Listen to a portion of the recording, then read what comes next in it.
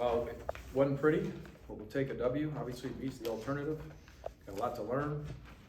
Got a lot of room for growth. I thought at times, especially the first, 10, 12 minutes of the game or so, I thought we were playing pretty good basketball. And adversity hit. And we didn't handle it really well. Credit Miami of Ohio, Travis and his staff. Thought those guys executed well. Larry's terrific. Wow. Comes in here and gets 34 on the road in the SEC. 4-7 from three. Big fella's a load. They run good stuff.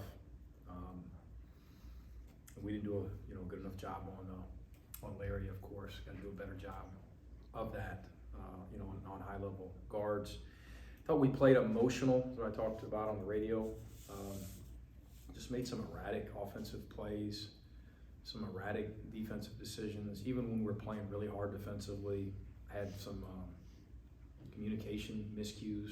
Really, all the way to the end. They had an open three late where we switched, but we don't yell switch. So we got two on the ball, and we were in we had a switching lineup out there.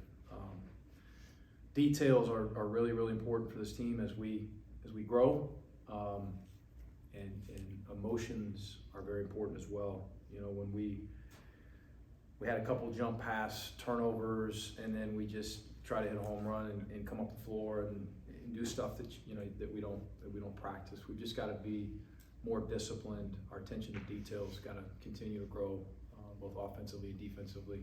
That said, our defensive lineup down the stretch did enough. Got a couple tips, got some defensive rebounds, led by KyeRon Lindsay, and then of course he was terrific on the offensive glass. And we grinded one out. You mentioned KyeRon. Him and Terry had a run in that second half where I think they were responsible for like 17 straight points for you guys. Just how big were both those guys in that second half? Terry did a good job in space and using some ball screens and rejecting some ball screens and getting out in transition a little bit. Terry's a high-level competitor, and he's still learning, and it's going to take time, of course, to learn how to be even keel and consistent at this level, But he's got a chance to be very good. And KyeRon, as we told the team, in the locker room after the game, he gets 14 and 10, and we didn't run a play for him. He was as excited about holding seals and getting the offensive glass and getting stops as he was when he scored, and that's basketball character right there for an 18-year-old. Those are positives for sure. How was the energy that KyeRon bring to kind of rub up on the rest of the team? He's elevated it once games have started. We've got two or three guys that just play with contagious energy in practice every day. Kye's become one of those guys here in games very early in his career, and he had a good game. This is game 3, so hope he has a good game in game 4 and 5. So, he's got so far to go. If he does this consistently, and you're talking about a guy who's got a chance to be really good, but it's so early in his career. But he certainly got us going, as did Terry. Justin Hill, I thought I thought he made some plays too with some confidence. He drew some fouls. Jason Holt, again, I thought he plays as hard as anyone on this team, as does M.A. Moncrief. We're missing him, of course, but I thought when Juice is on the floor, as long as he's playing within himself defensively and we're making sound, solid decisions and we're not fouling, we're not gambling and reaching. He plays with some good defensive linemen. He's a good defensive piece, of course. I thought he played well.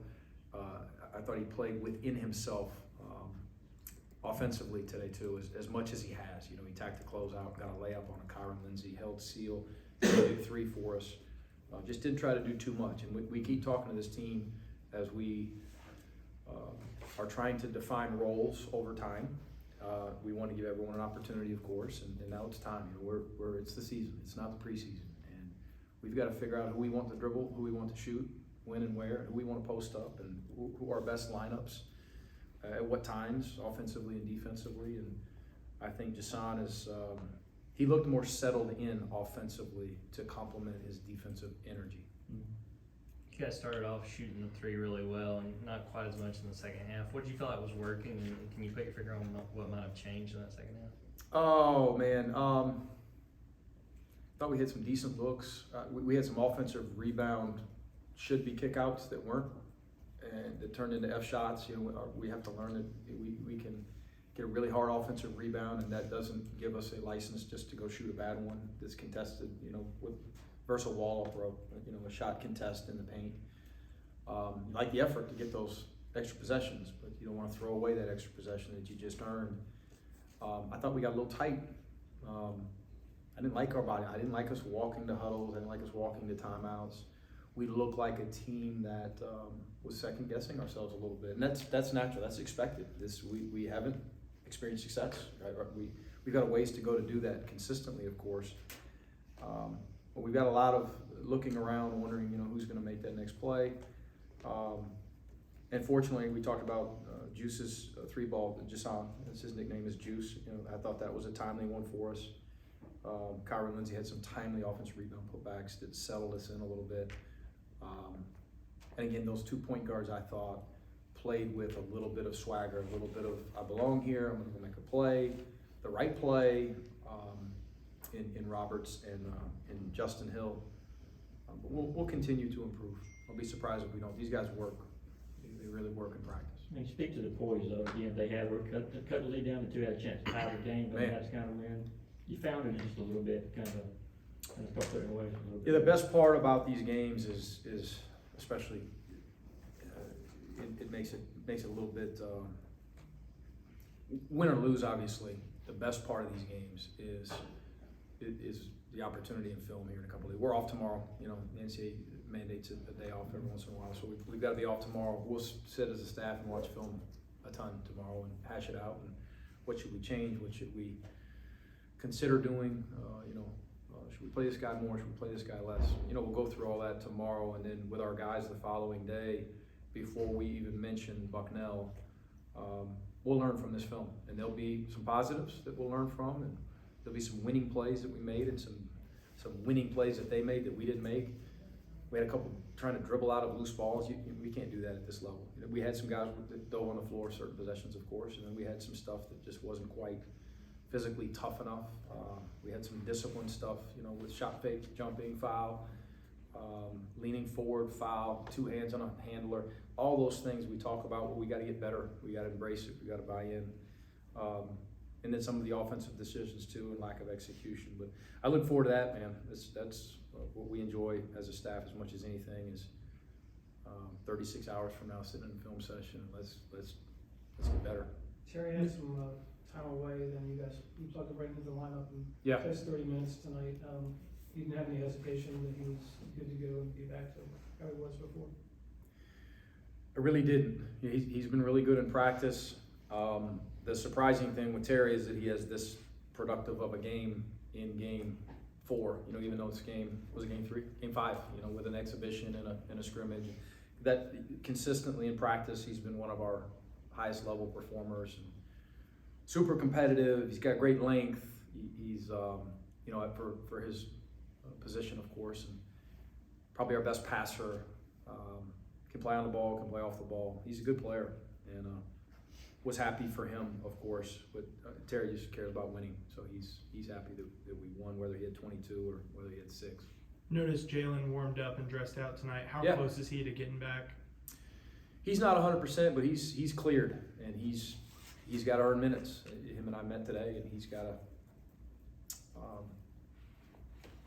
to make his staff want to put him out there, right? And he's going to get opportunity at some point, but he's also competing with other guys, and he's got less reps to this point, so he's got less of a sample size, of course. I know he was having a really good year early last year before the injuries, worked his butt off to get back.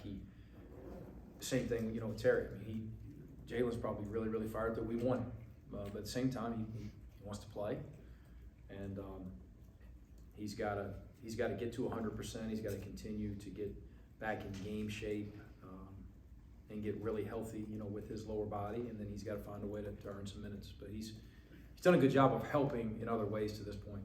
Any new development with MA, just as he's come on? Just swollen ankle. Got a couple reps yesterday, but not much. You know, in terms of Friday, I just don't know. Hopefully he took advantage of today. Didn't do much in shoot around.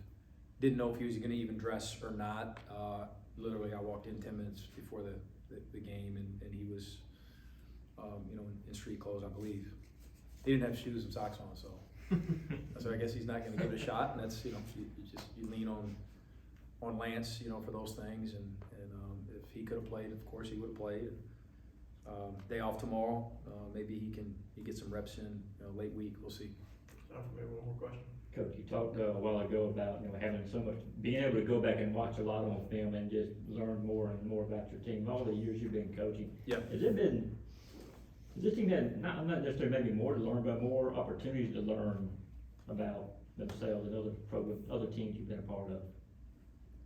There's more learning going on here, I guess. isn't there? No. You know, I've whether you pick at the, you know, at the bottom, you pick at the top, you're experienced, you're inexperienced, you're a new team, you got a bunch of returns. It's all the same. What's your ceiling? You know, what's your best version? What's your max out look like? And so you're still going to spend just as much time trying to get that team, you know, as a staff to max out. What is our best version?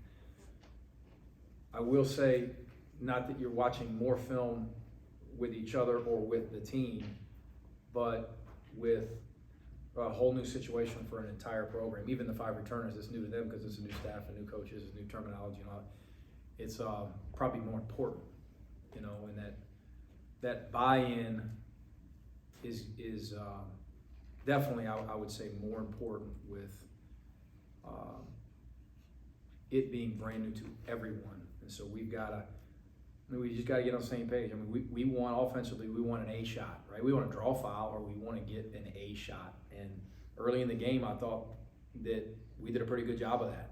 And I think that buy-in can decrease at times based on facing adversity or just getting a little bit comfortable. Rather. Oh, we're up 17. I hadn't got one up in a couple possessions. Maybe it's time to. No, it's our shot. What is Miami of Ohio gonna give us, you know, defensively? And it doesn't matter if he's getting the shot or he's getting the shot. If I'm on the bench or I'm in the game, and we got to get to that point where we celebrate just whoever shot it is the right shot. We didn't turn it over. We got a good one, and then defensively, hey, let's get a stop. Let's get a stop. And if we turn it over, we can't just go hack a guy and try to hit a grand slam and get it back. And we got to play sound, disciplined defense. There's my ramble. Thanks, Coach. Thanks. Thank you, guys.